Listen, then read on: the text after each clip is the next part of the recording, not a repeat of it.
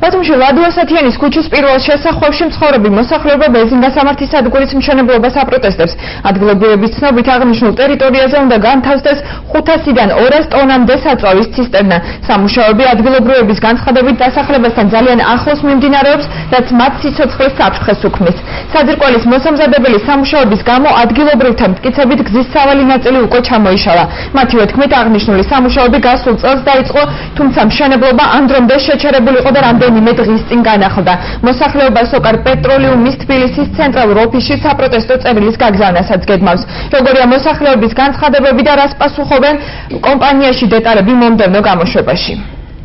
5 მეტრში სახლიდან კალონკა არ შეიძლება გასვლა. მაგ დაწყებულია რამდენი წელია, მაგრამ გაჩერებული იყვნენ, მეგონა რომ გააჩერეს და მე ისევე დაიწყეს ახლა უცებ. არ ვიცი. აპირებთ რამე წინააღმდეგობა გაუწიოთ საჩუქრად.